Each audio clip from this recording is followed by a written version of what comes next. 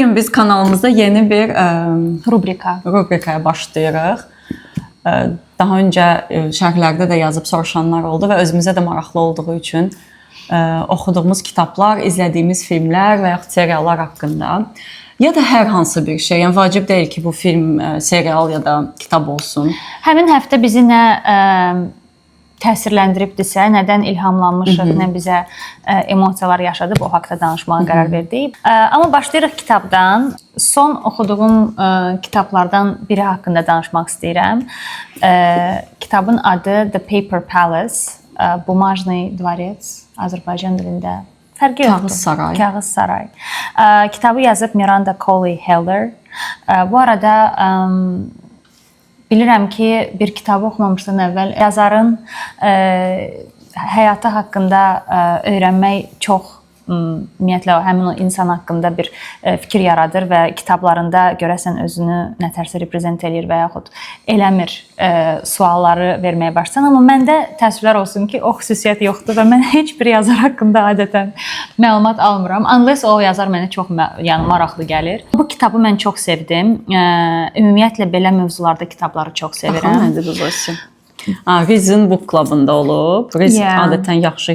Reese Witherspoon bu Hollywood ulduzu, onun bir kitab klubu var və o hər ay ora bir kitab seçir və insanlarla izləyir. Hətta sonra o kitabları prodüse eləyərək filmlərini də çəkir. Səhv eləmirəmsə bu kitab üzərində də film çəkilibdi. Mən baxmamışam, amma belə yadımdadır ki, var. Və bu kitabda sevdiyim nə oldu? Ümumiyyətlə mən bu mövzuları çox sevirəm. Bu elə bir family sagadır və bir neçə generation'ın, nəslin üzərindən danışılan hekayədir və nə xoşuma gəlir ki, kitabı dinamik edən mənim üçün ADHD-mi də tatmin edənlikdir.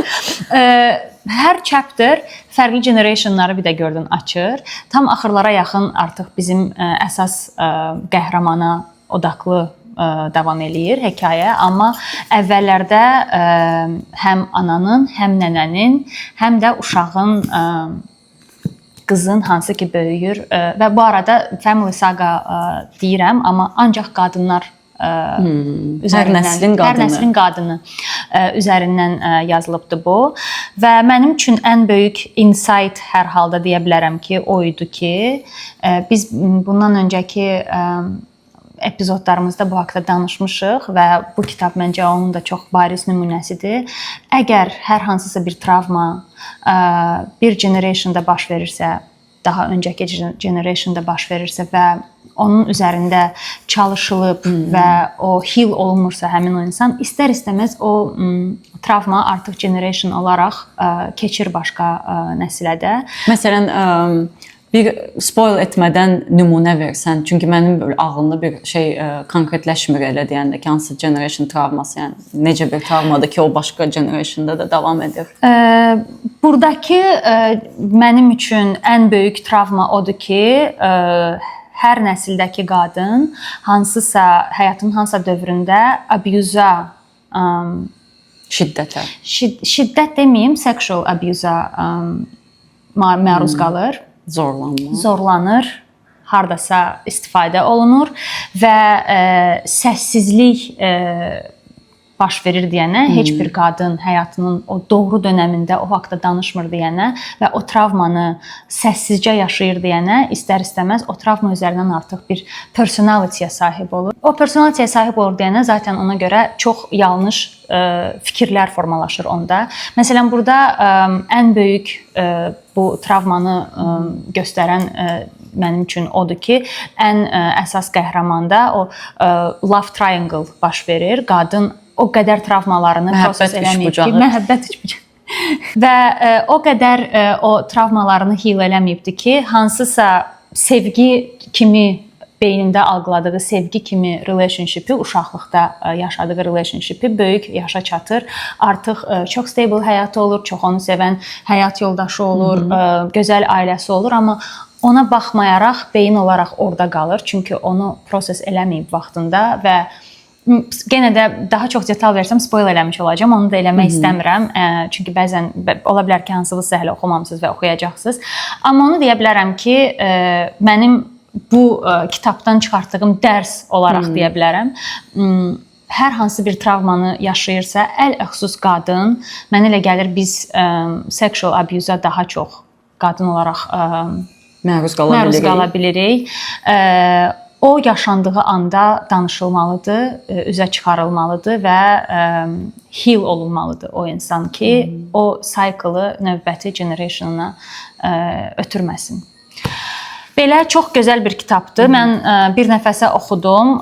Yekədir, amma çox axıcıdır.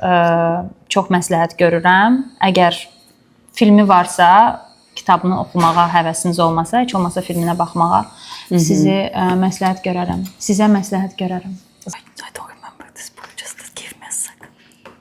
Yeah, take your time. Mən də belə çox rastlıq oldum, honestly. 100 il əvvəl İstanbulda oxuyurdum Əzasi bunu Üsküdarda.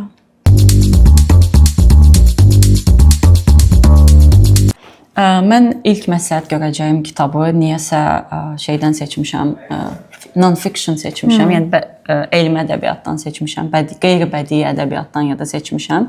Amma bu mənə çox oxşamır, çünki mən ildə bəlkə bir dənə, iki dənə qeyri-bədii ədəbiyyat oxuram. Mən çox belə roman konsumeriyəm. Bu kitabı çox sevdim və bu kitabı təsadüfən İstanbulda bir rəfiqəmlə gəzirdim və o özü psixoloqdur. Ona görə getdik kitabçıda psixologiya tərəfinə və özünə nəsə kitablar axtarırdı. Orada gördüm və çox sevdim adını. Kalk bir dopamin demlə, yəni qalx özünə dopamin demlə. Deyəsən Azərbaycanca dopamin deyilir. Türkçə dopamindir. Kara İsmayıloğlu deyə bir neyrobiologiya elmləri üzrə mən tərcüməsinə baxdım. Sinir bilim Azərbaycanca neyroelm ya da neyrobiologiya olaraq keçir. Nevrologiya da bəlkə də deyə bilərik. Nə isə sözüm onda deyil. Nevrologiya deyəndə əzəbi insanlar gəlir. Bilmirəm hansı düzdür. Onu deyə bilərəm ki, bu kitab məni niyə cəlb elədi? Mən hormonlarla son vaxtlar, bəlkə də son vaxtlar illərdir, çox maraqlanıram. Hətta mənim bir hormon tatum belə var. Yəni o dərəcədə mənə maraqlıdır bu hormonlar haqqında öyrənmək. Çünki mən son vaxtlar daha çox hiss eləməyə başlamışam ki, insan hormonlardan ibarətdir. Yəni bizim qərarlarımız, özümüzü necə hiss etdiyimiz, hansısa hisslərimizdə bizim bədənimizdə nə baş verirsə, bunlar hamısı hormonlarla və beynimizdəki neyronlarla əlaqəlidir. Və bu kitab onu insana normal dildə də, yəni danışdığımız dildə o qədər gözəl danışır ki, mən bu kitabla və yazdığı adamla bağlı heç bir fikrim yox idi. Dediyim kimi kitabçıda alıb xəyal qırıqlığına düşmədiyim bir seçim oldu. Buna da ayrı sevinirəm, çünki adətən belə kitabları öncədən fikirləşirəm də nəyi almağa getmişəm kitabçıya, amma bu təsadüfən aldığım bir kitab oldu və mənə çox şey qatdı. Sonradan öyrəndim ki, sən demə bu yazıcı həm də Instagram səhifəsi var və orada qısa-qısa hər gün belə insan beyni ilə bağlı maraqlı informasiyalar paylaşır. Yəni bu kitabın məsələn adı niyə dopamin dəmlədir? Çünki bu başa salır bizə ki, bizim ümumiyyətlə dopamin hansı hormondur? Bizim hər gün yuxudan duranda bizi itələyən hormondur, yəni yaşamağa itələyən, nəsə eləməyə, iş görməyə filan. Və o düşüb qalxan bir hormondur. Məsələn, aşiq olanda yüksəlir, sonra pis bir şey yaşadığında düşür filan.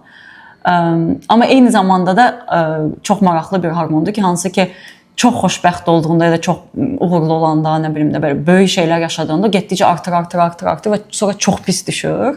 Və onu da yaşadıq. Onu o qədər gözəl danışır da bu. Mən bunu oxuyanda daha çox bu rockstarlar falan var. Məsələn, onların həyatını oxuyursan ki, bütün gün turlarda hər gün nə bilim minlərlə insan qarşısına çıxırlar və onlardakı o dopamin spike edir və sonra birdən düşür. Ona görə çoxlu məsələn nəyinsə aludəçisi olur, depressiyalara düşür.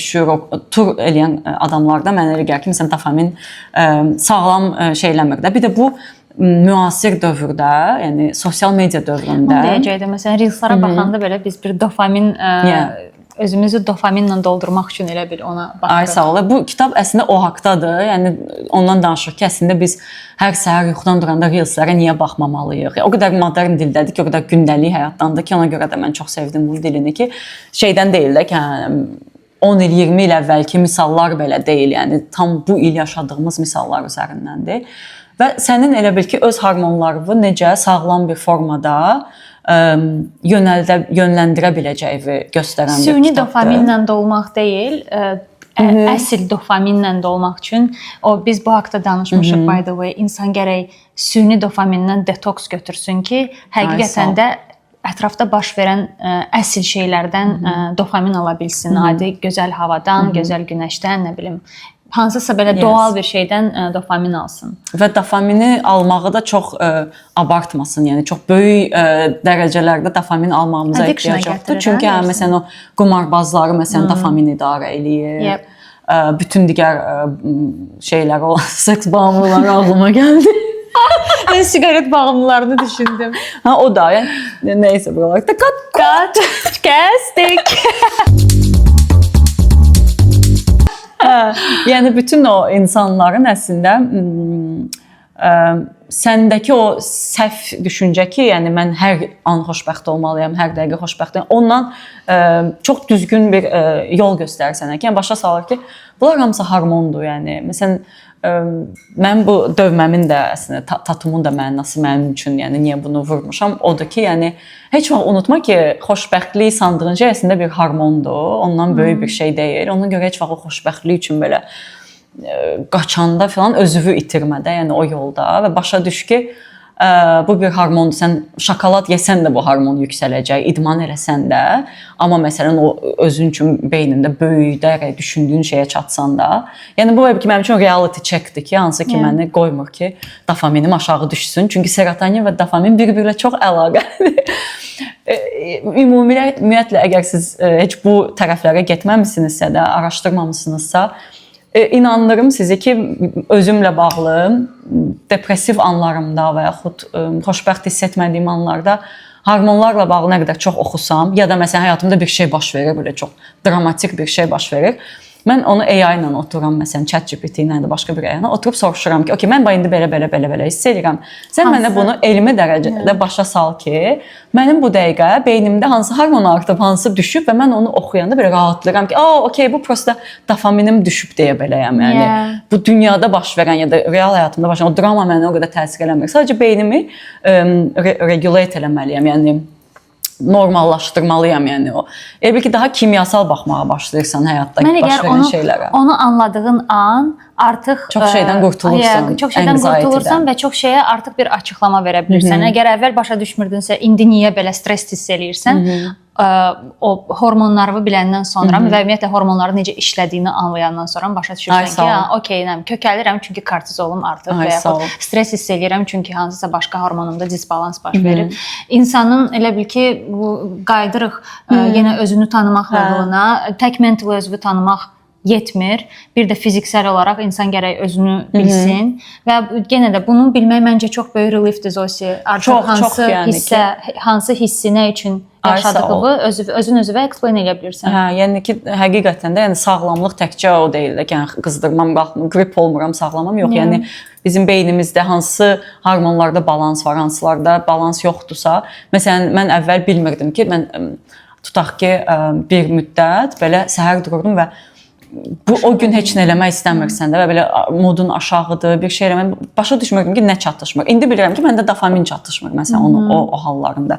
Və başa düşürəm ki, okey, dopamini necə artıra bilərəm və onun üçün nə etsəm mənə yaxşı gələcək filan. O qədər gözəl danışır. Bir də kitab özü də belə çox əyləncəlidir. İçində illustrationlar var. İllüstrasiyalar var, sxemlər var, misallar var. Mənim notlarım da var. Ümid edirəm. Personal notlarım çıxmayacaq. Yəni bir də məsələn dopamin və tutaq ki, fəlsəfə elə bir bölüm var ki, məsələn ki, orada existential mövzulara girir. Dopamin və dediyim kimi bugünkü həyatımız, dopamin və yazmaq, məsələn deyir ki, əslində kitab yazmaq, yazı yazmaq və ya kitab oxumaq nə dərəcədə bizim mental sağlamlığımıza xeyirlidir. Uzun sözün qısası çox qısa bir kitabdır və deyə bilərəm ki, çox asan dildə yazılır. Elə bil ki, sən bloq oxu. Mən ümumiyyətlə hormonlar haqqında kitab oxumuşam və kitabdan da savayı ChatGPT ilə bu haqda çox danışıram və həqiqətən də özümü tanımağa mənə çox kömək olubdu, amma bu kitabı oxumaq istəyirəm. Mütləq oxu, yəni ki, sənə belə addım-addım əvvəlcə hormonlar haqqında danışır. Sonra məsələn beynin məsələn o frontal kortez zonası, nə bilim, o qədər belə terminlər, mən çox zövq alaraq oxudum. Hamıya məsləhət görürəm ki, yəni elə bil ki, bu günümüzdə necə daha yaxşı özümüzü hiss edə bilərik, həm mental, həm də necə özümüzü daha produktiv hiss edə bilərik, daha məhsuldar ola bilərik. Bütün bunların sanki açarı kimi bir kitab oldu mənim həyatımda. Qalxın özünüzə bir çay dəmləyin və yanında bu kitabı özünüzə sifariş verin. Çox qəşəng kitabdır. İndi keçdik bir film, sonra da bir seriala. Oha, serialdan başlayaq. Serialdan başlayaq. Bir serial dedikdə uzun zaman idi ümumiyyətlə seriallara baxmırdım, vaxtım olmurdu, amma ən most recent baxdığım seriallardan biri ağlıma gələn ilk New Look serialı oldu. Və bu serial dizaynerlar haqqındadır. Əsasən də ümumiyyətlə bütün serial baş verir Christian Dior və onun həyatı ətrafında. Onlar hamısı bildiyimiz kimi 2-ci Dünya müharibəsi dövründə bloom eləyiblər. Mən ümumiyyətlə bunu bir çox kitablarda, bir çox filmlərdə müşahidə etmişəm ki, ümumiyyətlə müharibə vaxtı ən talantlı, ən gözəl, ən həyatımızı gözəlləşdirən insanlar elə bir bloom eləyib, onların dövrü olur. O da dopaminlə çox əlaqəlidir. Yəni nə qədər sərhədlər limitlənirsənsə, məsələn o Sovet dövrü üçün də onu deyirlər də ki, Sovet sineması məsələn də çox. Çünki sən nə qədər limitlərlə qarşılaşırsansa, o qədər elə bil ki, sən o deyirsən ki, mən ya indi bunu elədim, ya da bir də eləyə bilməyəcəm. Çünki mən artıq hər yerdən mühasirə altında hiss edirəm. Bəlkə də o indiki dövrün bu rahatlığı həm də hope hissi. Mənə elə gəlir ki, müharibə təbii ki, indi hamı başa düşür ki, necə acı bir dövrdür. Bir də 2-ci Dünya müharibəsinin necə acı bir dövr olduğunu hamımız bilirik və orada insanların elə bir ümidə o qədər ehtiyacı var ki, amma ümumiyyətlə serialdakı əsas mesaj tamamilə fərqli idi. Yəni təbii ki, bütün o cool dizaynerların bir arada olması məni çox vali etmişdi. İndi hal-hazırda bildiyimiz Balenciaga'dır, Balmain'dir, Coco Chanel'dir. Bunlar hamısı eyni dövrə aid olublar. Bir Li Longhouse'da çalışıblar. Coco Chanel deyil, amma digər söylədiklərim. Amma mənə ümumiyyətlə mənə maraqlı gələn bu serialda nə oldu? Coco Chanel'in məsələn Designer House-u bağlanmışdı 2-ci Dünya müharibəsi dövründə. Çünki o nazilərin yoldaşlarına paltar tikmək istəmirdi. Amma eyni zamanda bir nazi saldatı ilə relationship-də idi. Və belə bu yəni proved fact deyil, amma belə bir conspiracy var ki, Coco Chanel'i istifadə eləyiblər messenger kimi nazilər öz xeyirlərinə. Eyni zamanda da Christian Dior o dövrdə nə qədər də mən onun personality'sini sevsəm, ümumiyyətlə Christian Dior haqqında mənim bütün elə bil ki, imicim də, fikrim və picture'ım dəyişdi. Mən insan olaraq ona çox böyük rəğbət hiss eləməyə başladım. Personality'sini çox sevdim. Və buradakı kontroversiya nə idi? Christian Dior'un bacısı nasist düşərgəsinə düşmüşdü. Eyni zamanda da o müqavimət hərəkatının üzvü idi. Amma buna baxmayaraq Christian Dior Oli Longhouse'da işləməyə, çalışmağa və nazilərin yoldaşlarını geyindirməyə davam eləyirdi. Və mən hiss elədim ki, burada yenə də qadın olduğu üçün və baxmayaraq ki, məsələn, o mindsetdə olubdu ki, mən öz evimi bağlayacağam, moda evimi bağlayacağam, onları geyindirməyəcəm. Kesin qadın olub? No, Coco Chanel. Hə. Coco Chanel baxmayaraq ki, öz moda evini bağlayıb, amma relationship-də olub, ən çox blame olunan da Coco Chanel oldu bu durumda. Yəni proved bir şey yoxdur. Heç kim isbat etmədi ki, o həqiqətən də messenger olub ya olmayıb. Bu bir conspiracy-dir. Amma bir qadın olaraq survive eləməyə odaqlı olubdu və mən ona da çox belə respektlə yanaşdım. Çünki həqiqətən də o dövr üçün onun Coco Chanel tək qadın dizayner olmayıb o dövrlərdə. Onunla yanaşı başqaları da olub, amma bizim bildiyimiz ən güclü dizayner o olubdu və orada onun da hansı yollarla necə survive eləməyə çalışdığını göstərirlər və eyni zamanda Christian Dior'un da nə qədər soft bir personality olsa da öz evini açanda artıq bəzən soft olmamağa başlayıb və öz maraqlarını düşünərək, güdərək bəzi atdığı addımları göstərirlər. Amma yenə də at the end of the day Coco Chanel was blamed. Qadın olduğu üçün. Qadın olduğu üçün və nə var onun relationship-i olubdu Nazi ilə. Maraqlıdır. Yəni pis xarakter kimi orada elə bil Coco Chanel-i göstərirlər, Christian Dior-u yox. Və mən düşünürəm ki, nə qədər də ona gözəl image versələr də, Zosi elədiyi amma çox bir-birinə zid hərəkətlər idi də. Sən həm başa düşürsən ki, sənin bacın bu kəmpə düşür və bu müqavimət hərəkatında iştirak eləyir. Orada necə zülmlər çəkir, eyni zamanda amma sən prinsiplarından yenə də keçmirsən. O paltarı gedib yenə də tikirsən. Amma New Look niyə serial adlanır? Müharibə bitdikdən sonra artıq Christian Dior'un bu yeni dalğa başlayır moda sahəsində və o new look-u yaradır. Hansı ki, qadınlara çox böyük inspiration verir. Təzə müharibədən çıxmış qadınlara. Onlara ən çox lazımdır o hopeful hiss eləmək, gözəl hiss eləmək hissi. Yəni elə bil ki, yeni bir hop yaradır qadınlar üçün və yeni bir moda tərzi yaradır. Və xoşuma gəldi ki, yəni qadınla kişinin müqavimətinin hansısa bir situasiyada elədiyi fight'ın nə var biri qadındır, biri kişidir deyənə fərqli qarşılanması və o yəni orada çox gözəl göstərilibdir. Bir də çox estetik tərəfdən mən çox böyük zövq aldım.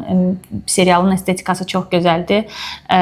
Düşünürəm ki, belə şeylərə dəyər verən, belə şeyləri xoşlayan insanlar siz yəni kim baxırsa ondan zövq ala bilərsiniz. Ona görə çox məsləhət görürəm. Ya Zosi mənə də bu serial haqqında demişdi.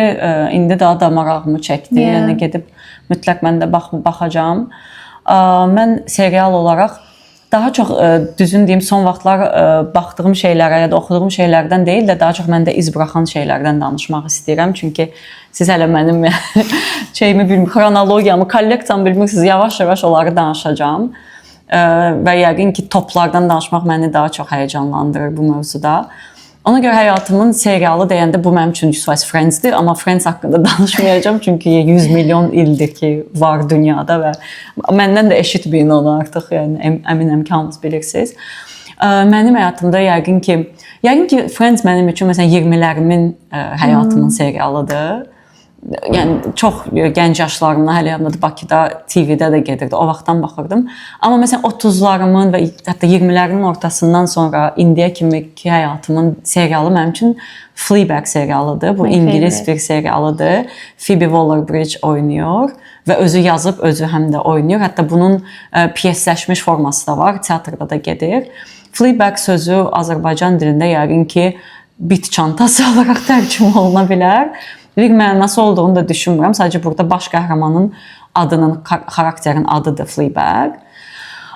Bilmirəm, yəni 2 sezonluydu, 3 Bizə heç vaxt demədilər, kısaca, what was her actual name? Adı Fleabag oldu başdan sona.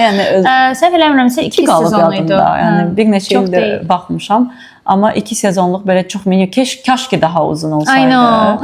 Yəni o qədər bilmirəm də, yəni daha çox belə iş olaraq çox mənə elə gəlir ki, incəsənət nümunəsidir. Bir də relatable-dır. Çox relatable-dır. Orada məsələn, qoy mən danışım. Yes, sorry. It's my turn. It's your turn. Sorry. Bir də məsələn, çox estetik zövq verir, həm də çox iş olaraq çox belə art, xaos serialıdır deyə bilərəm. Çünki baxdığımız heç nəyə oxşamır. Serialın ən belə qəşəng fişkalarından biri odur ki, Fleabag həm auditoriya ilə danışır, həm həyatını yaşayır və sən bunu paralel olaraq yaşayırsan, biraz belə əvvəl qəribə gəlir sənə, əvvəl belə özgələşirsən o prosesə ki, mən nə izləyirəm, amma getdikcə öyrəşirsən və getdikcə, yəni auditoriyanı bu dərəcədəykən içinə daxil edən işlər həqiqətən başqa bir dərəcədə insana zövq verir deyə bilərəm. Bir də orada baş verən hadisələr, həyata baxışım, ümumiyyətlə Fleabag-in mənim üçün o qədər sarkastik bir insandır, o qədər ironiya ilə yanaşır yaşadığımız hər şeyə. Baxırsan ki, çox dramatik və çox travmatik bir şey yaşayır, amma o travması haqqında da danışanda hardasa mənə yəqin ki, ona görə yaxın hiss edir ki, mənim də var belə bir hər şey sarkazmla yanaşmağım. Baxdım, oradan elə bil ki, klik hiss elədim o qəhrəmanla ki, həyata belə şey baxır da, ironiya ilə baxır. Yəni yaşadığımız həyatı o qədər də ciddiyə almır və sevgiyə münasibəti, münasibətlərə, ailəyə, məsələn, ailə ilə bağlı orada səhnələr var, bacı, iki bacı münasibəti, ümumiyyətlə sosial bir ortamda var olan bir fərdin yaşadığı bütün sosial anxiety-lər də, yəni onlar çox gözəl verilib. İllər öncə baxmışam, amma yəni danışdıqca görürəm ki, yəni Picture Perfect yadımdadır da baş verənlər, deməli gör necə məndə iz buraxıb. Və Phoebe Waller-Bridge mənim üçün yəqin ki, müasir dünyanın ən belə istedadlı yazar və aktyorlarından biridir. Onun məsələn belə bir fikri var, kitab oxumaq, yanında da kitab oxumaqla bağlıdır, kitab yazmaqla bağlıdır. O deyir ki, biz niyə kitab oxuyuruq? Çünki bir neçə dəfə yaşamaq üçün, həyatı bir neçə dəfə yaşamaq üçün sən hər oxuduğun kitabla sən əslində bu doğrudan elmi olaraq da belə sübut olunur ki, biz bir kitab oxuyanda bizim beynimiz bizim onu yaşadığımıza inanır və biz o kitabı bitirənə kimi bir də o paralel o həyatı yaşamış oluruq. Və bilmirəm, yəni ki, qadın özü də yəni ki, məni çox inspire edir, ilhamlandırır, yəni bir yaradıcı şəxs olaraq çox gözəl bir enerji verir və orada bir dənə inanılmaz mümkünsüz bir sevgi hekayəsi var. Çox spoil eləmək istəmirəm. Bir də oradakı aktyor, yəni mənim crushlarımdan biridir. Mənim də Zosi. Yəni ki, mən hələ də hardasa hər gün mənim algoritmim Phoebe-dən. Bir də ondan başqa heç orada görməmişəm mən o aktyoru. No, Sherlock Holmes-daki Moriarty'dir o. Oradan zaten. Mən Fleabag-də ona aşıq oldum. Mən Sherlock Holmes-da ona aşıq oldum. Bir də orada pis adam oynuyordu BBC Sherlock Holmes-unda. Benedict Cumberbatch'in oynadığı. Oradan o aktyoru çox sevmişdim. Sonra bu Andy Scott da, sonra burada oynadığı. Bir də Paul Mescal'la onların ikisinin bir filmi var. O da belə festivalin filmlərdən biri idi. Orada da çox gözəl. O aktyoru da çox sevirəm. Nəysə, Fleabag, yəni həyatı ironiya ilə yanaşan, xüsusilə yəqin ki, qadınlara xitab eləyəcək, amma yəni kişi olaraq da izləyib bəyənən çox kişi də tanıyıram. Amma yəni ki, təbii ki, bizim belə biraz ciyərimizi sökən bir serialdır. Ona görə əgər belə şeylər sizə maraqlıdırsa, məsləhət görmək istəyirəm. İndi də son vaxtlarda baxıb təsirləndiyimiz filmlər.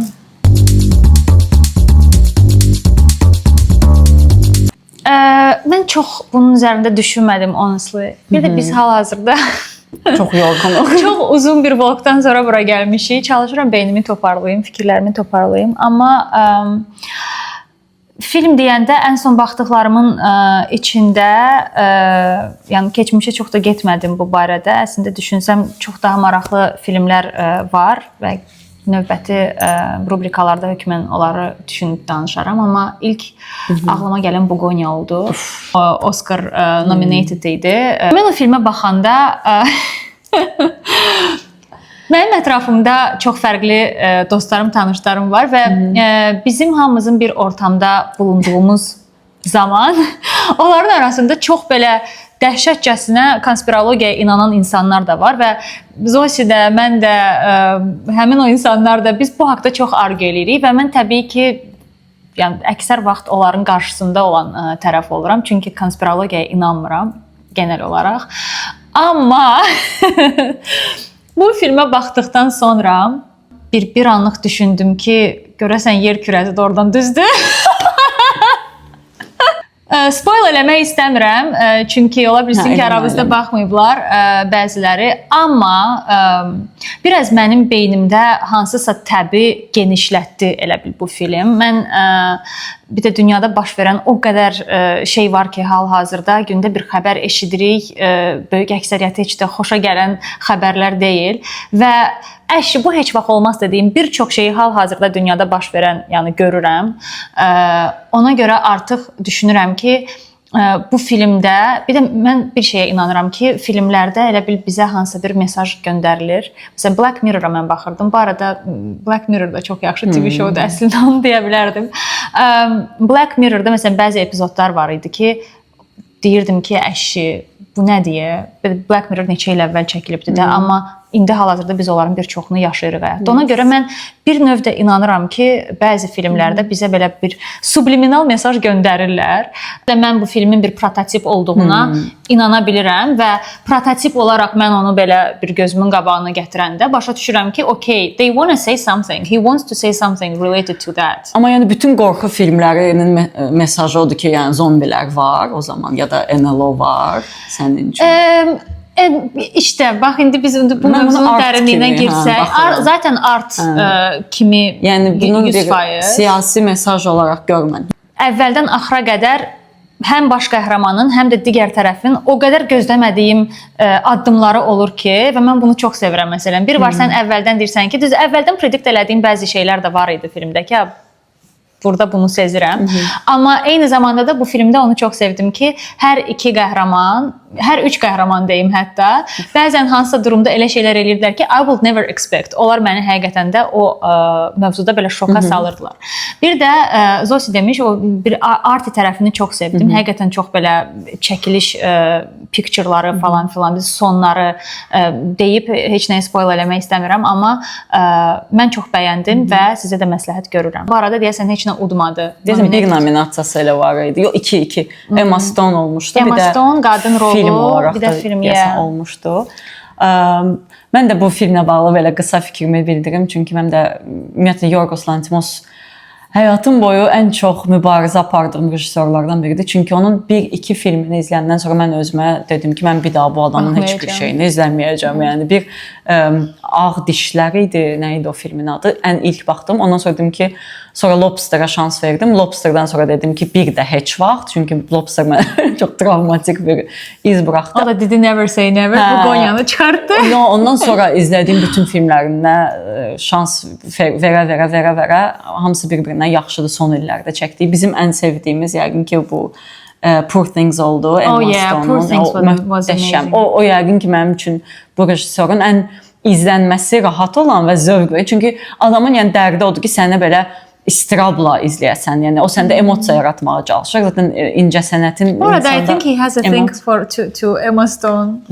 Bütün filmlərində Emma Stone oynadır. Biraz ondan da artıq insanlar şikayət edir. Deyirlər ki, yəni bildiyi də okeysə bir film daha var arada. O da Emma Stone'dur. Biz onu heç izləməmişik. Amma o rejissorun ümumiyyətlə otor rejissorların elə bir takıntısı olur. Yəni bir şeylə də Tarantino'da da var. Bir aktyorla davam eləmək. Tarantino'ya ayaq verir. Scorsese'nin nə qədər eyni adamlar çəkdiyini görürük. Nəysə, mən nəyi məsələn bu film mənim üçün niyə genialni bir filmdir soruşsan, deyərəm ki, rejissorun yanaşması da, yəni ki, dünyada bir şey baş verir, yəni bu dəqiqə dünya ikiyə, Amerikada məsələn bu daha çox hiss olunur da, ikiyə yerə bölünür, konspirologlar və konspirolog olmayanlar və o bunu götürür bir səhnələşdirir, yəni buna bir arti bir həyat verir və sənə deyir ki, mən buna tərsdən baxacam da, məndən gözlənilməyən bir tərəfdən baxacam, belə novella janrındadır da əslində bu film, yəni sən bir şey gözləyirsən film boyu və beynini fırladan bir tərəfdən göstərir və yəqin ki, bu o çox artıq yəni sözünü demiş rejissorların gücüdür ki, deyir mən nə istəyirəm çəkə bilərəm. I don't care, sən bundan sonra gedib konspirologiya inanacaqsa, inanmayacaqsa. Yəni mən bu deyil də mənim dərdim. Mənim bunu sənət formasında sizə göstərməyim ki, mən də bunu belə görürəm və filmin sonundakı o bir dənə montaj kusoku var da. Təkcə o montaj kusokuna görə mən bütün filmə ilin montajı verə bilərdim. Yəni möhtəşəm üstü bir görüntülər var orada. Ümumiyyətlə mən Amerikan filmlərində də bu şeyi çox sevirəm. O filmləri olur ya bizim uşaqlıqda böyüyəndə izlədiyimiz katastrofalar filan. Orada belə dünyanı göstərirlər ki, İranda da belə bu xəbər alındı, Meksikada və o şey niyəsə məni uşaqlıqdan belə komfort verir mənə ki, actually yəni bütün dünyada bu baş verir. Niyə bilmirəm, yəni bir adrenalin aldığım şeylərdən biridir. Nəysə möhtəşəm danışmış olduq. Yəni serialımızı dedik, filmimizi dedik, kitabımızı dedik. Yox, sən demədin filmimi. Dedim, demədim. Yorgos'tan danışıyorum. Yox, sən mənim filmimi dedin. Doğrudan bizim beynimiz artıq Bu arada mən məsəl üçün bir fikir olur məndə hansısa film haqqında, kitab haqqında və yaxud serial whatever, amma mənə həmişə qarşı tərəfin fikrini eşitmək çox maraqlı olur. Çünki biz hərəmiz başqa bir biz hələ bir dəfə bir partidə bu filmin də davasını elədik. Bu filmi sevənlər və sevməyənlər Novruz bayramında bir-birinə girdi. Özdə belə, yox, sən düz demirsən, bu yaxşı, yox, sən düzmürsən, bu pis. Yəni bunun üstündə həqiqətən dava düşdü və bu söhbət escalate oldu. Bir dava o birisi davanı açdı. Davaya çox şən bir Novruz bayramı keçirdik, onu deyə bilərəm. Tak ki, belə, onu demək istəyirəm ki, məsələn, Zosinin fikirlərini zaten həmişə eşidirəm və mənə həmişə maraqlı olur. Çünki o fərqli tərəfdən baxır hansısa bir bizim oxuduğumuz, izlədiyimiz bir şeyə. Mən fərqli və siz də əminəm tamamilə fərqli. Əgər bu kitablardan, bu seriallardan, bu filmlərdən, Zosi öz filmini açıqlayacaq, hansınısa izləmisinizsə, öz fikrinizi bildirin və yaxud məsləhət görə biləcəyiniz bir şey varsa, onu bizim videonun altında komment olaraq yazın. Co-production eləyib. Həm də Azərbaycan. Где ты видишь Azərbaycan? Azərbaycanlılar var yəni filmdə. Wikipediyasına gir. Oscar nominated-da orada yazılmışdı İran Azərbaycan. It was so cute. Yeah. Oscar nomination'da yazılıb mötərizədə İran Azərbaycan.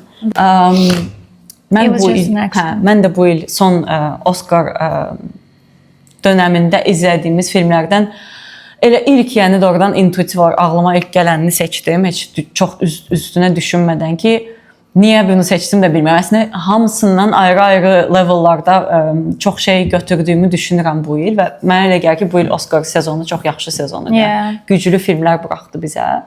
Amma mənlə qalan bu il yəqin ki, It was just an accident. Bu sadəcə bir qəza idi olaraq tərcümə edə biləcəyimiz İran filmi oldu. Bu filmdə İranlılar və İranda yaşayan Azərbaycanlılar da rol alır. Azərbaycan dili hətta eşidilir filmdə. Ümumiyyətlə İran filmləri, İran sineması mənim çox sevdiyim bir tərzdir. Yəni çalışıram rejissorların işləri çıxdıqca gedim baxım o filmlərə. Qəribə bir formada məni Azərbaycana aparır və çox mənə doğma və yaxın hiss etdirir o tərz. Elə bil ki, nə bilim də bir bilmirəm, yəni Əhmədlidə bir belə küçədə gedən adamlarla çox oxşardı oradakı o insan. Düzdür, yəni başqa bir mənada demirəm bunu, amma mədəniyyətimiz və culturumuz çox oxşar. Xüsusilə orada yaşayan Azərbaycanlılardan danışırıqsa, bu film bilmirəm Cəfər Pənahinin filmidir bu arada və son Cannes festivalında da əsas prizi götürdü və bu ildə Oscar'da ən yaxşı xarici filmlər, international filmlər kateqoriyasında nominasiya oldu, amma udmadı. Film haqqında danışmaqda hiss elədim ki, çətinlik çəkirəm, çünki film mənə daha çox emosiya olaraq qalıb və heç bir şey spoil etməməyə çalışıram ki. Amma ümumiyyətlə mövzu nədir? Mövzu siyasi tustaqlardır. Yəni siyasi olaraq səsini eşitdirdiyi üçün İranda tutulan və hansısa bir əziyyətlər çəkən insanların mövzusudur. Hal-hazırda İran üçün çox aktual. İran üçün çox aktualdır, bizim coğrafiya üçün çox aktualdır və oradan da bilmirəm, mənə yəqin ki, ən təsir eləyən həyatda şeylərdən biri, o keçən dəfə Zosin dediyi kimi o şey məsələsidir ki, yəni sənin heç bir günahın olmadan zəifsən deyə, məsələn uşaqsan ya da qadınsan deyə hansısa bir insanın qurbanı olmaq, hansısa bir nə bilim ideologiya ilə dar düşüncəli inkişaf etdiyi üçün sənə zərər və bir də mənim üçün yəqin ki, həyatdakı ən böyük empatiya qurduğum və üzüldüyüm insanlar siyasi məhbuslardır. Çünki mən onların niyə məhbus olduğunu beynim elə bil ki, qəbul eləmir, yəni bunu anlamağa və heç bir tərəfdən hansı bir ideologiyaya çox inansam belə heç bir tərəfdən içimdəki o belə də insan qəbul edə bilmir ki, niyə bir insan azad fikrini söylədiyinə görə içəridə olmalıdır. Yəqin ki, bu personal levelda mənə çox təsir edən bir şeydir. Ona görə film yəni əslində oralarda keçmir. Yəni çox istəmirəm spoiler edeyim, çünki inanılmaz belə teatr kimi bir işdir. Yəni çox böyük belə şey deyil. Çox təsirlənmişəm deyə, bəlkə də ona görə sözlərimi də seçə bilmirəm. Amma baxmağınızı məsləhət görürəm. Mən də çox maraq oyatdı. Mən də baxacağam. Sərxanla mütləq baxmalısınız yəni buna. Oradakı münasibətlər, komanda işi, bir yerdə və bir də vicdan işi. Mən İran filmləri niyəsə mənə, Əsgər Fərhadin də filmlərini çox sevirəm. Elə bil ki, o Dostoyevski fəlsəfəsinə çox aparır məni. Bizim səninlə baxdığımız film hansı idi? Ayaqqabı ilə bağlı. Nə idi o filmin adı? Ay, o filmin adını çalışacağam indi tapım. O da çox gözəl iş. Biz nə qədər ağladıq o filmi izlərkən. Elə bil ki, yəni o məsələn Dostoyevski əsərlərində necə belə insan xisləti, vicdan, nə vicdanlılıqdır, nə vicdansızlıqdır. Yəni, o sualların cavabını axtardığı kimi sanki İran filmləri də bu basic şeylərlə, yəni Hollywood nə qədər nə bilim də belə Children of Heaven. Cənnətin uşaqları.